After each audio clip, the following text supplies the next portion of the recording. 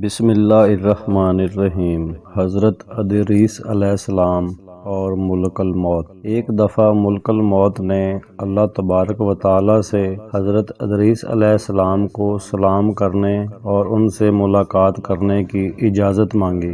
جب ملک الموت حضرت ادریس علیہ السلام کے پاس آئے اور کہا میں چاہتا ہوں کہ آپ کے ساتھ رہوں، تو حضرت ادریس علیہ السلام نے منظور فرمایا اور وہ ایک دوسرے کے رفیق ہو گئے اور وہ مدتوں تک ساتھ رہے۔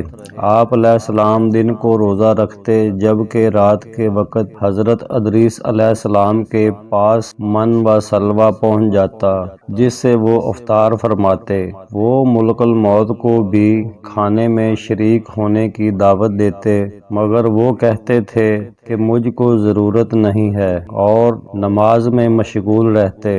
حضرت ادریس علیہ السلام تھک کر سو جاتے تھے، لیکن ملک الموت کو نہ سستی لاحق ہوتی نہ وہ سوتے تھے۔ اسی طرح چند روز گزرے، یہاں تک کہ ایک روز وہ انگور کے ایک باغ اور بھیڑوں کے ایک غول کے پاس سے گزرے۔ ملک الموت نے پوچھا، کیا آپ پسند کرتے ہیں کہ ہم بھیڑ کا ایک بچہ اس غول سے یا اس باغ سے انگور کے چند گوشے لے آؤں تاکہ آپ شام کو اسی سے افطار کر لیں؟ حضرت ادریس علیہ السلام نے کہا، سبحان اللہ، میں تم کو اپنے مال سے کھانے کی دعوت دیتا ہوں تو تم انکار کر دیتے ہو، اور مجھ کو دوسروں کا مال بغیر اجازت کھانے کی دعوت دیتے ہو۔ تم نے میری صحبت کا خوب حق ادا کیا ہے۔ بتاؤ تم کون ہو، کہاں کے؟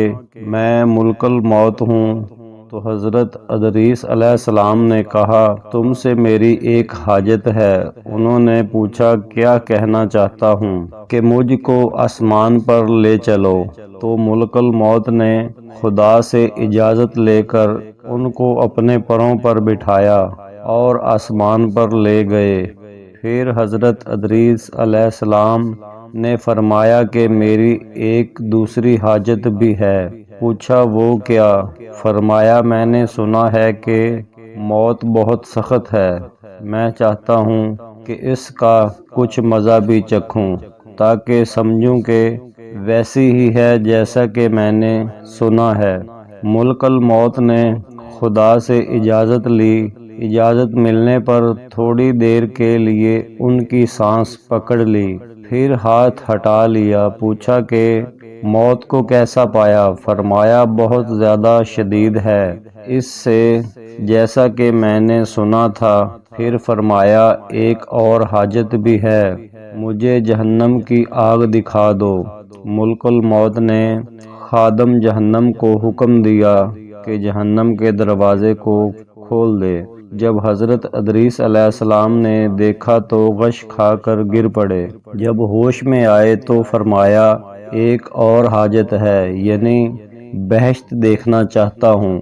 ملک الموت نے بہشت کے خادم سے اجازت لی اور ادریس علیہ السلام بہشت میں داخل ہو گئے اور فرمایا، اے ملک الموت، میں اب یہاں سے باہر نہ آؤں گا، کیونکہ خدا نے فرمایا ہے کہ ہر نفس کو موت کا ذائقہ چکھنا ہے، اور میں نے چکھ لیا۔ فرمایا گیا کہ تم میں سے کوئی ایسا نہیں ہے جو جہنم کے پاس وارد نہ ہو، اور میں وارد ہو چکا۔